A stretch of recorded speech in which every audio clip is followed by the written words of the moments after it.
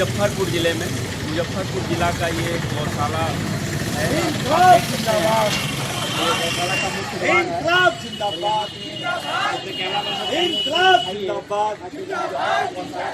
हम अपना हक लेकर रहेंगे, हम अपना हक लेकर रहेंगे। 2019 से किया जा रहा है।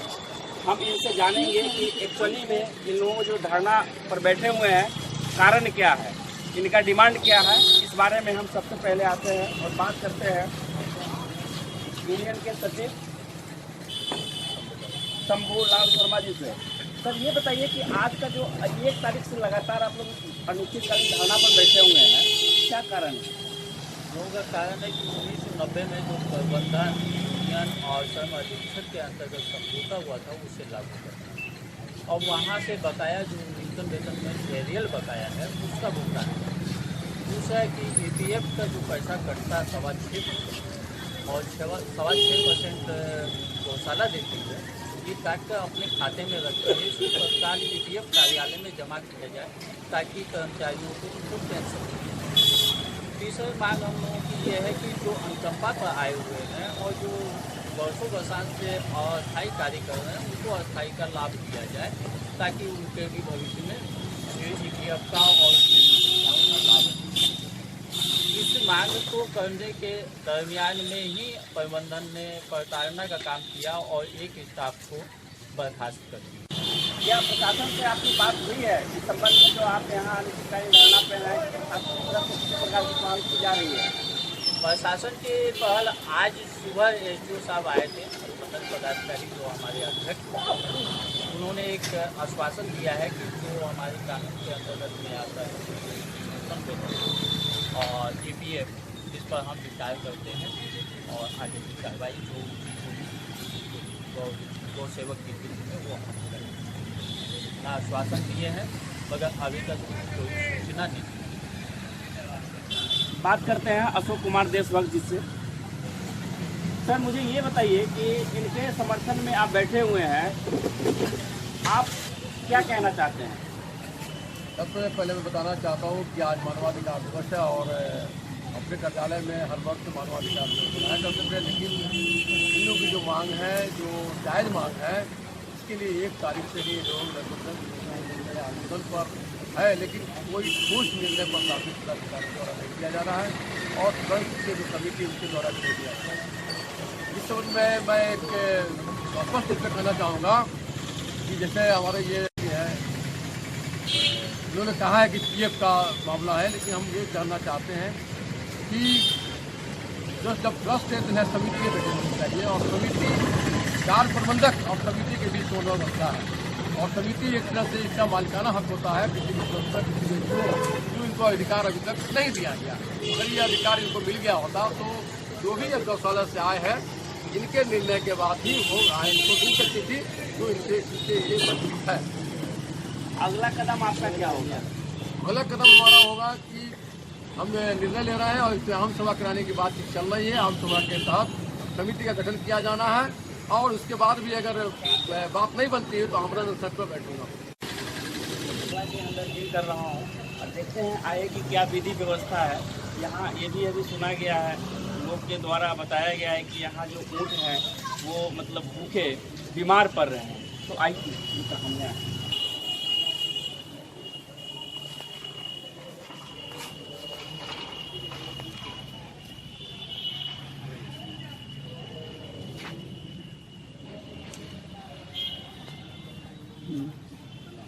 इधर एक पशु बीमार है, देखते हैं ये कौन सी पशु है।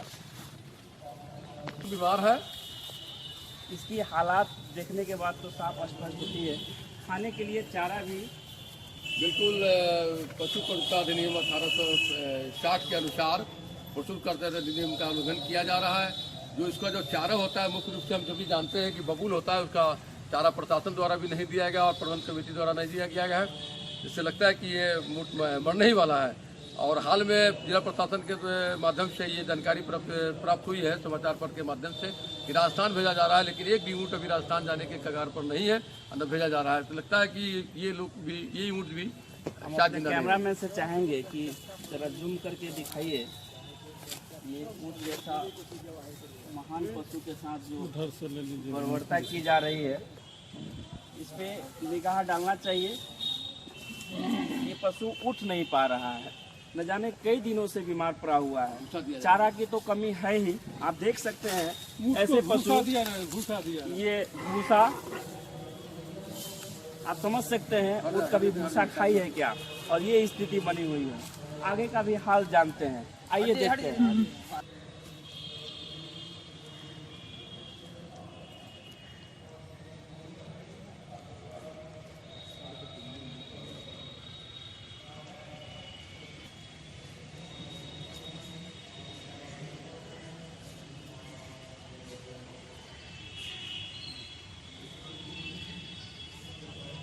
और आगे बढ़ के लीजिए ना उसको, वहाँ जाके सब जाएगा निकल कर, कहाँ ही कुछ खाने को नहीं है।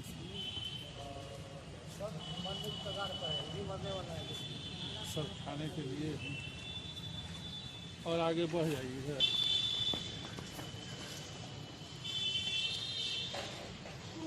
ये बरगद के पत्ता है।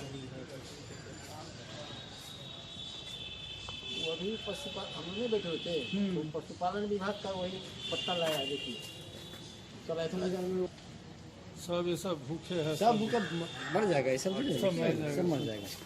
सब देखिए ये सब भूखे टहल रहा है। यहाँ पे ये चारा, ऊँट के पास जो चारा पड़ी हुई है, ये चारा कहाँ से आई है? अभी पशुपालन विभाग का एक गाड़ी था, है नहीं, जो अभी अभी आई है। लगभग अभी 17 ऊँट है यहाँ पे।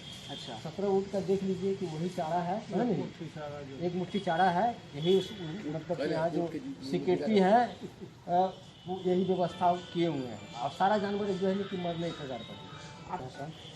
अच्छा, आइए मैं चाहूँगा कि अपने कैमरा मैन से कि यहाँ नज़दीक से आकर दिखाएं। 17 ऊँट है और 17 ऊँट के बीच चंद चारा से क्या होने वाला। ऊँट की कहावत है कि ऊँट के मुंह में जीरा का क्या कहते हैं, फोरन, वो स्थिति यहाँ बनी हुई है और ये बदतर व्यवस्था हो चुकी है। और यहाँ और भी लोग हैं, हम सब लोगों से बात करना चाहेंगे। सर नहीं सर, आप बताया जाए सर मुझे ये बताइए कि ये जो व्यवस्था है कितने दिनों से लाचार पड़ी हुई है? ये तो 1 सप्ताह से है, ऐसे ही यहाँ से थोड़ा मोड़ा चारा दिया जाता है तो सब कुछ। प्रशासन के लोग कितने दिन पर आते हैं यहाँ? आते तो डेली हैं, गाड़ी भेजते हैं, खुद आते नहीं हैं जो है, तो ड्राइवर थोड़ा चारा दे जाता है। अच्छा, ड्राइवर के माध्यम से थोड़ा चारा आ जाता है, खुद से प्रशासन के कोई भी अधिकारी नहीं आ पाते हैं? नहीं आते हैं। आपका परिचय? मेरा परिचय है अभय कुमार, नाम है, यहीं का स्थानीय। स्थानीय हैं और साफ तौर से इनका कहना है कि प्रशासन के अधिकारी तो यहाँ नहीं पहुँच पाते हैं, प्रशासन की ओर से ड्राइवर के माध्यम से चारा भेज दी जाती है। आगे भी देखते हैं, आगे का जो दशा है दिखाएंगे हम। तो उसका गेट, इस खटाल में गाय है और हम चाहते हैं कि आइए अंदर की जो व्यवस्था है, ये भी देखने से लगता है कि बदहाल है। प्रशासन की तरफ से क्या सूद ली जाती है या नहीं, ये तो देखने से ही पता चलता है। इस गौशाला के अंदर का ये तस्वीर आप देख रहे हैं। गाय की स्थिति भी खराब है, क्योंकि भोजन सही नहीं मिल पाने के कारण गाय की स्थिति भी चरमराई हुई है। हम कैमरामैन से चाहेंगे कि चारा दिखाइए। चारा तो दिख नहीं रहा, केवल पानी पड़ा हुआ है और पानी पी पी कर ये गाय माता कितने दिन जिंदा रहेगी आप समझ सकते हैं। इस गौशाले के अंदर लगभग 200 से ज़्यादा गाय नज़र आ रही है। अभी मैं 3 खटाल के बाद ये चौथे खटाल में आया हूँ और देख रहे हैं कि बारी बारी से काउंटिंग अगर किया जाए तो 200 से भी ज़्यादा गाय नज़र आ रही है। मैं कुछ लोगों से फिर बात करना चाहूँगा। उस खटाल में देखे कि आज चारा की कमी, क्या वास्तव में चारा की कमी है गाय के लिए? नहीं, हम लोग जितने भी यहाँ गौ सेवक कार्य कर रहे हैं अभी वो सफाई में लगे हुए हैं और सफाई हो जाने के बाद में रात की सफाई होगी और फिर इनको भोजन दिया जाएगा। तो तो भोजन टाइम टू टाइम हम लोगों के स्टाफ के द्वारा दिया जाता है, मतलब गाय के लिए भोजन की कमी नहीं है? कमी नहीं है। अच्छा, केवल अगर कमी दिख रहा है तो केवल ऊँट के लिए? हाँ, वो के लिए कमी है।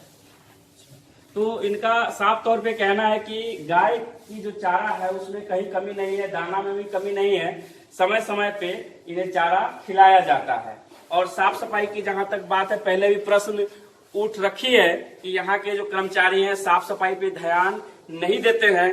तो मैं दिखाना चाहूंगा कि अभी मैं इन किया हूँ इस गौशाला में, सभी कर्मचारी अपने कार्य में लगे हुए हैं और कुछ लोग अपने गाय को पानी पिला रहे हैं, कुछ लोग कहीं से अपना गाय का गोबर जो है वो खटाल को साफ कर रहे हैं, तरह तरह से कोई चारा डालने के लिए। इधर दिखाइए, इधर चारा डालने के लिए जो है कि तट पे है, और वैसा तो मुझे कहीं कोई दृश्य नहीं।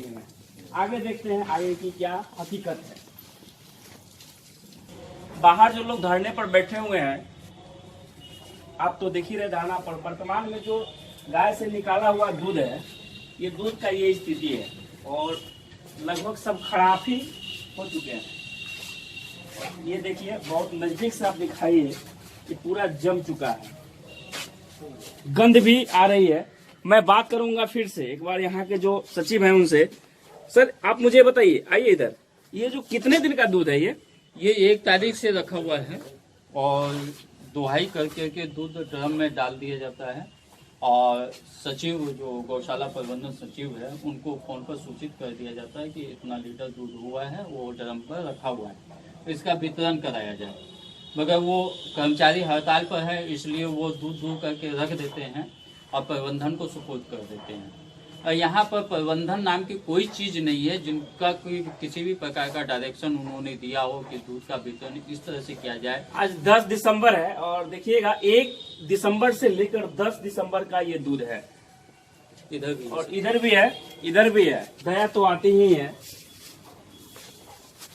जब एक छोटा बच्चा कभी कभी थोड़ी सी दूध के लिए तरसता हो, और यहाँ देखिए सैकड़ों लीटर दूध बर्बाद हो रहा है, क्या प्रशासन को इस पे जागनी चाहिए? किया गया। ऊंट के बारे में मैं एक बात इनसे पूछना भूल गया। महोदय मुझे ये बताइए कि ऊंट का जो एक तो बीमार है और दूसरा के जो मुख है, मुख पे देखे हैं बहुत सारा जख्म है जिसपे मक्खी बैठ रही है, उसमें जो है पिल्लू लग रहे हैं। तो क्या यहाँ चिकित्सक नहीं है?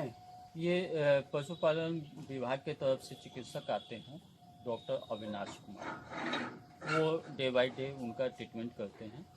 उनका कहना है कि ये मवेशी हम लोगों के इलाके का नहीं है और इनकी पूरी जानकारी हम लोगों को नहीं है, फिर भी हम लोग राजस्थान से वेटनरी डॉक्टर से संपर्क करके इनका ट्रीटमेंट करते हैं। उनके डायरेक्शन के अनुसार जिस तरह से होता है हम लोग इलाज करते हैं। ये उनका आप तौर से कहना है कि ऊंट का इलाज के बारे में तो हम नहीं जानते हैं, परंतु राजस्थान से संपर्क साध कर वहाँ के जो वेटनरी डॉक्टर हैं, जो भी वहाँ से उचित बात बताई जाती है उस तरह से हम इलाज करते हैं। जय कुमार के साथ